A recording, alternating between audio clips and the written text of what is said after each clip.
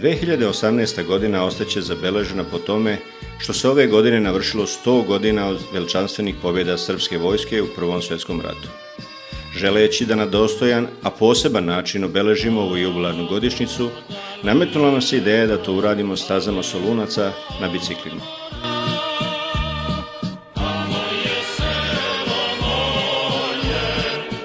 Ideju su dale naše starešine koji su 2014. godine obeležili 100 godina od početka Prvog svjetskog rata vozeći bicikle od Beograda do Krfa. Ministar odbrane Republike Srbije prihvatio je da nam bude pokrovitelj, a veliki broj prijatelja projekta su nam omogućili da ga realizujemo. Članovima tima je dat zadatak da krenu sa individualnim pripremama sa obavezom da sedmično prelaze na biciklima po 200 km.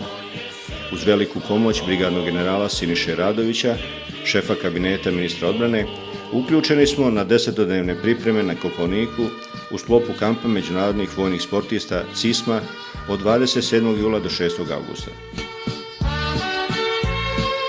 Cilj ovih visinskih priprema je bio podizanje kondicije, uvežbavanje tima u vožnji u grupi, učešće grupe u javnom saobraćaju i naravno voženje dugih relacija. Planirano je da se vozi 5 dužih tura od 70 do 90 km, a da svakog drugog dana budu takozvane relaks vožnje do 40 km.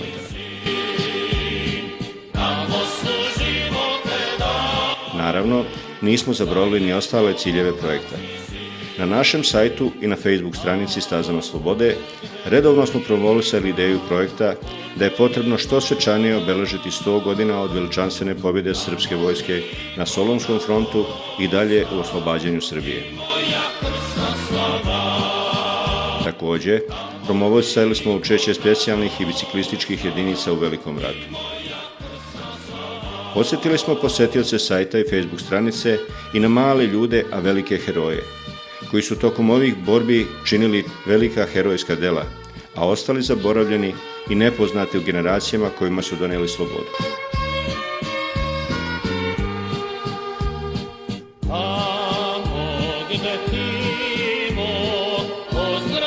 Kopaonik nam je, kako to samo planina zna i može, doneo različite iskustva.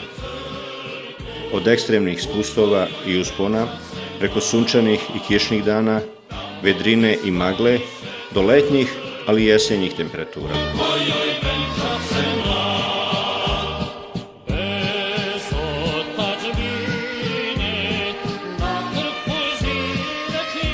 Asistencija policije je bila svakodnevna i koordinirana, što nam je olakšalo kretanje i garantovalo bezbednost.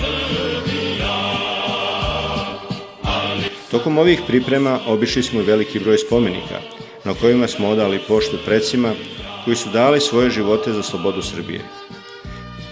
Naravno, bilo je vremena i za opuštanje i uživanje u vožnji brskim biciklima po šumi,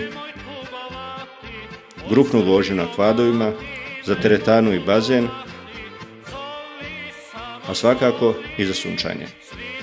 Sljedeće pripreme su održane u vremenu od 25. do 30. augusta na prostoru Zapadne Srbije i Republike Srpske. Lokacija je izabrana zbog konfiguracije zemljišta koje ima karakteristike kao i predjeli kojima ćemo voziti, ali zbog činjenice da je na ovim prostorima počeo Prvi svjetski rat i odigrale se neke od najvećih bitaka u srpskoj istoriji, u kojima je Srbija pokazala da može, zna i hoće da brani slobodu po svaku cenu. Ne smijemo dopustiti da se zaborave heroji sa Mišara, sa Kolubare, sa Cera, sa Mačkovog kamena. Vozeći kroz ove predjele, uvek smo imali na umu najveću žrtvu koju su naši preci podnosili za slobodu i čast Srbije, svoje živote.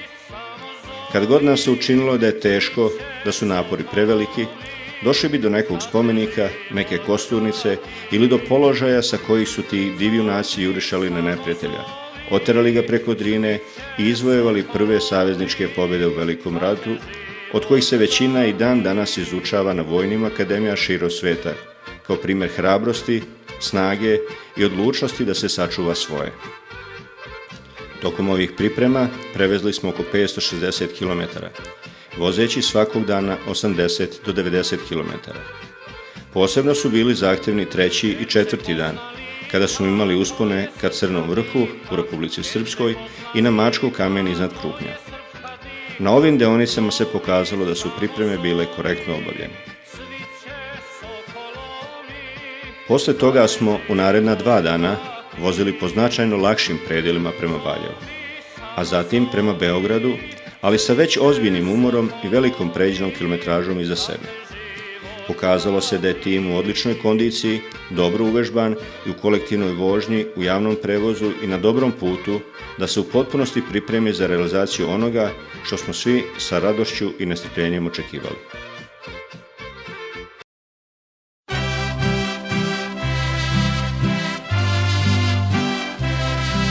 Na dan kada je izdata naredba da se krene u proboj Solunskog fronta 13. septembra, okupili smo se ispred Skupštine grada Pančeva, da ispraćeni od strane predstavnika Ministarstva odbrane, vojske, policije, grada Pančeva, veteranskih organizacija, građana i medija, krenemo ka našoj polaznoj tački.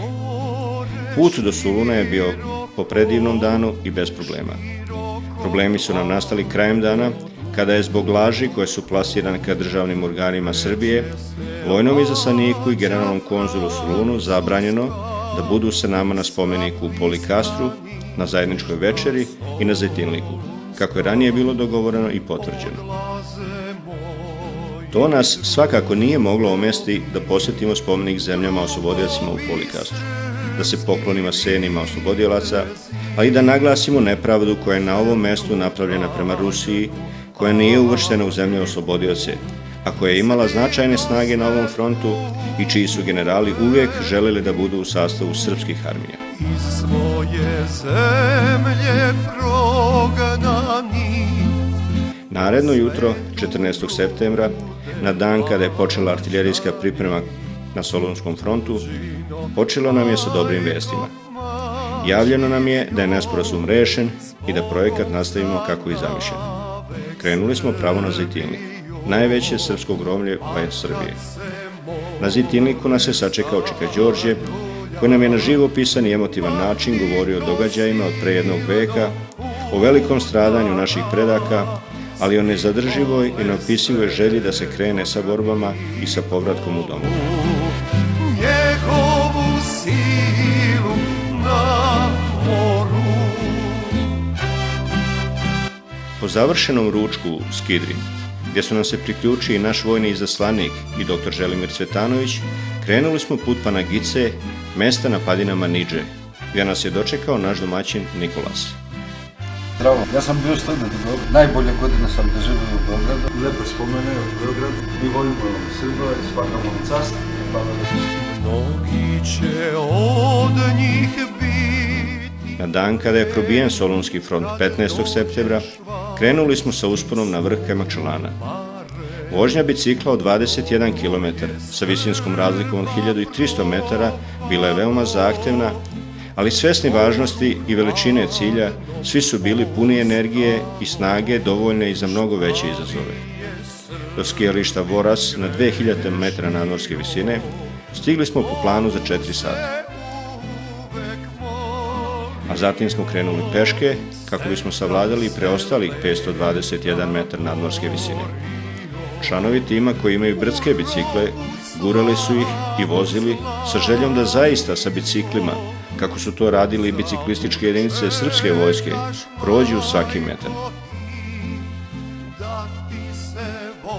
Popevši se na vrh, mogli smo da osjetimo kako su se osjećali naši preci kad su osvojili kapiju slobode i ugledali otadžbinu pred sobom. Na vrhu Kajmakčalana dočekalo nas je nekoliko grupa Srba koji su, nažalost, došli u ličnoj ili organizaciji turističkih organizacija. Nikoga od zvaničnih organa nije bilo. Odali smo poštu poginulim precima, pročitali molitvu i obišli rovove u kojima se vodile osudne borbe. Podsjetili smo se slavnog prijatelja Srba, doktora Arčibalda Rajsa, čije je srce po njegovoj želji ostavljeno u urni na vrhu Kajmakčalana. Nakon toga smo krenuli nazad peške i na biciklima. Od skijališta Voras do našeg novog mesta za prenoćište Agios Atanasios. Bilo je mnogo lakše jer smo imali 1300 metara visinske razlike za spuštanje. Iskoristili smo ovu nesvakidašnju priliku da puni emocija i ponosa na današnji poduhvat damo sebi oduška i da uživamo u brzoj vožnji prepunoj adrenalina i opasnosti. Nismo razmišljali ni o rizicima, ni o kočnicama. Domaćini su se potrudili da nam kroz obimnu i vrlo ukusnu večeru nadoknade utrošenu energiju i da nas pripreme za naredne poduhvate. Tokom 16. septembra krenuli smo ka graničnom prelazu Niki-Medžiklija, vozeći po značajno lakšem terenu i sa mnogo manjim nagibima i usponima. Tokom puta sretali smo veliki broj autobusa i putničkih automobila iz Srbije, koji su žurili i ovog dana da se popnu na Kamakčalan i koji su se zaustavili da nas pozdrave.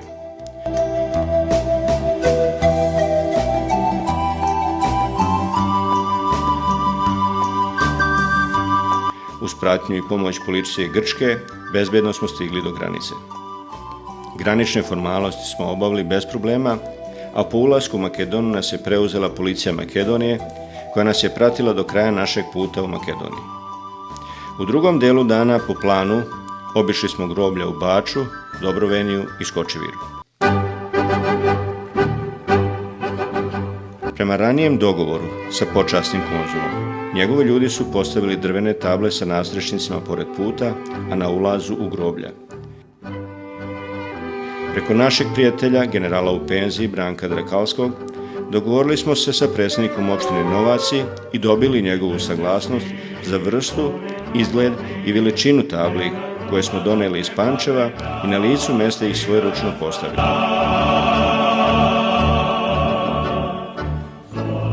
Na svakom od ovih mjesta smo održali mali čas istorije, potencirajući najvažnije događaje iz ovih krajeva i najznačajnije ljude iz tih događaja.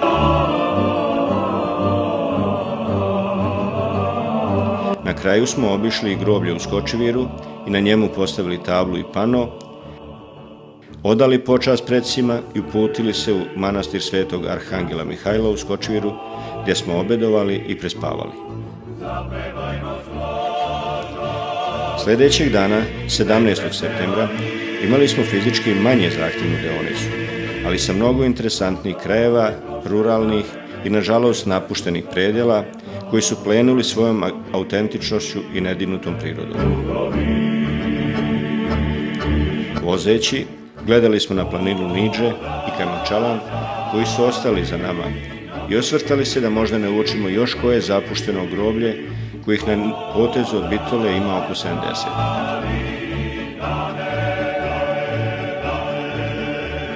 Prvo smo posjetili srpsko vojničko groblje u Bitolju, gdje nam je Zoran Đorđević, zadužen za održavanje grobalja, održao čas i informisao nas o detaljima vezanih za izgradnju i održavanje groblja.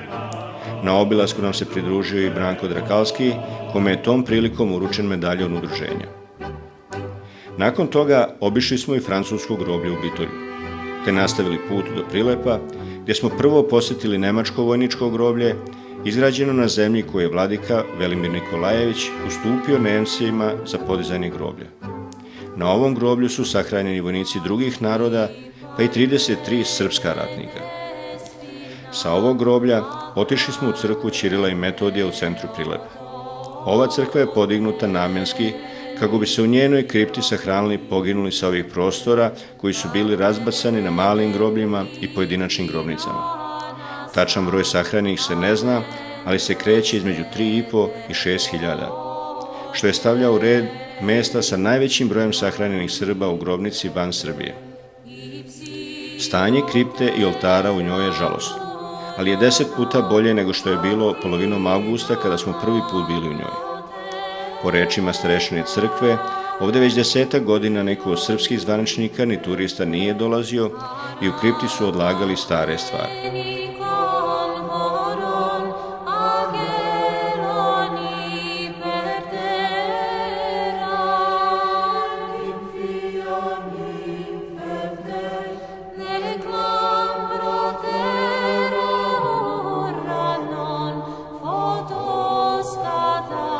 Posle dobrog odmora u Prilepu, 18. septembra smo nastavili put ka Velesu i Štipu.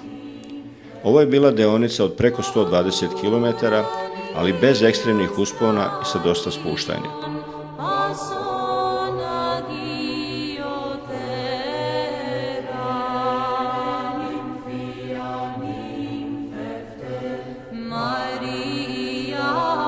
Po dolasku u Štip obišli smo i uredili malu i neuglednu spomen ploču palim u Bregalničkoj bici iz 1913. godine, koja se nalazi na mestu gdje je nekada bila kosturnica sa 6000 sahranjenih Srba, a koju su bugarski okupatori do temelja razrušili tokom Drugog svjetskog rata, da ih ne podsjeća na još jedan od teških poraza.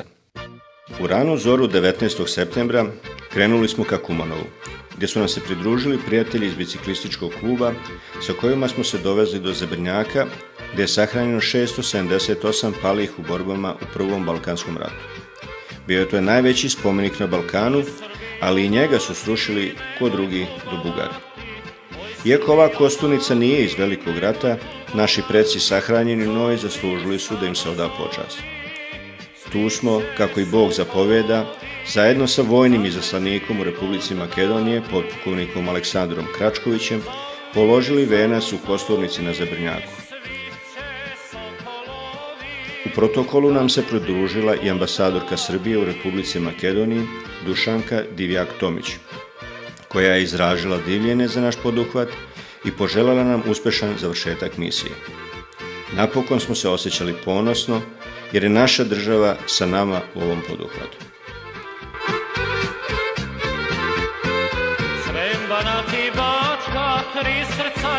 Posle zajedničkog ručka nastavili smo vožnju ka Srbiji. Dolaskom na granicu Srbije mogli smo da shvatimo frenetičnu želju naših predaka i neprekidno jurošanje ka svojim porodicama, ka svojim njimama, ka svojoj domovini.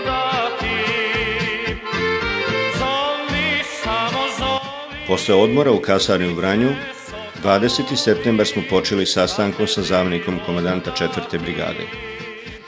Danas smo nastavili posjetom spomen sobi 4. brigade, u kojoj na originalan način prikupljaju podatke, materijale, slike i predmete, koji podsjećaju sve posjetioce na ratnike iz ovih krajeva koji su stradali u mnogobrojnim ratovima koje je Srbija, nažalost, bila prinuđena da vodi. Narod iz Vranja i okoline se uvijek među prvima i gotovo uvijek među najbrojnijima odazivao pozivu otadžbine.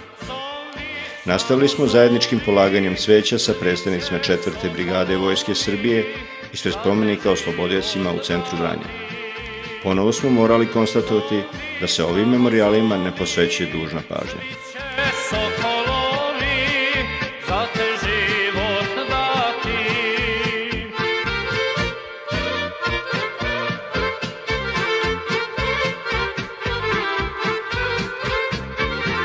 Nakon toga smo nastavili vožnju kroz Grdeličku klisuru do Leskovca, gdje smo u centru grada odali počast poginulima iz ovih krajeva.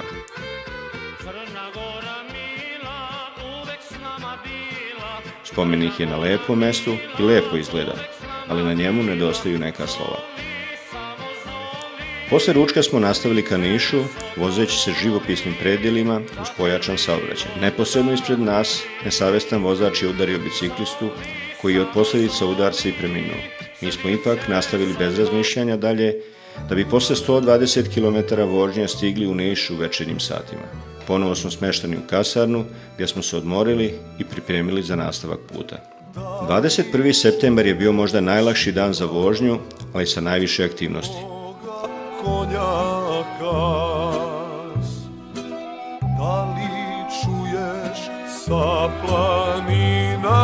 Prvo smo, zajedno sa predstavnicima komande kopnene vojske, položili cveće na spomenik kralju Aleksandru, koji se nalazi ispred zgrade komande.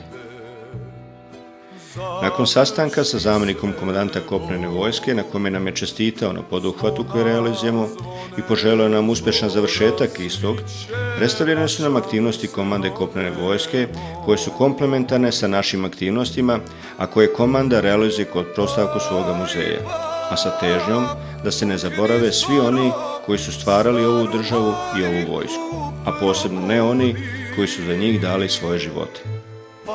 Obilazeći muzej smešten u komandi, bili smo fascinirali koliko je rada, vremena i ljubavi uloženo u sve to. Ubeđeni da se ovdje nalazi mnogo više materijala i podataka nego što ga imaju pojedini zvanični muzeji u našoj zemlji. Posebno smo bili oduševljeni sa delom u kome su poimenično pobrojani svi oni koji su dali živote za svoju otadžbinu i uklesani na zidove ovog muzeja ostaće za ponos i nauk sadašnjim i budućim generacijama kako se voli i čuva svoja zemlja. Ipak, morali smo da nastavimo sa vožnjom. Deonicu do Ražnja smo prevezli u tišini, nošeni mislima o svim onim znanim i neznanim junacima koji nisu žalili svoj život da bi odbranili slobodu i omogućili nama da danas u miru vozimo našom zemljom. U Ražnju nas je dočekala delegacija sa najodgovornijim ljudima iz opštine i zajedno sa nama odala počast kod spomenika oslobodiocima koji se nalazi u centru Ražnja.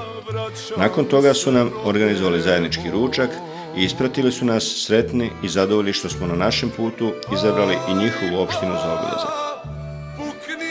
Naredna deonica od Ražnja do Paraćina je bila među najlakšima jer je uglavnom ravna ili sa nizbrdicama, što nam je posle 8 dana neprekidne vožnje i pređenih 750 km i tekako trebalo. Tela su nam bila zahvalna za ovu vožnju bez napora, ali i dalje se moralo sediti na biciklu koje samo što nam nije sraslo sa telom. Da ljubim, bele grudi da joj zagrlim. U Paraćinu su nas dočekali predstavnici opštine i boračke organizacije, koji su sa nama obišli muzej i položili cveće kod spomenika herojima iz Prvog svjetskog rata. Čelnici opštine nisu bili tu, verovatno iz sramote što su nas umjesto dogovorenog i obećanog smještaja u hotelu u Paraćinu smjestili u neuslovnom planinarskom domu u Grzi, 20 km od Paraćina. Svesni veličine i značaja naše misije, bez primjedbi i bez jedne reči nezadovoljstva, svi članovi tima su se zahvalili domaćinima koji su se vidno nezadovoljnim postupkom svojih šefova izvinjavali i učinili sve kako bi nam boravak i u ovakvim uslovima učinili što lakšim i lepšim. Hvala im.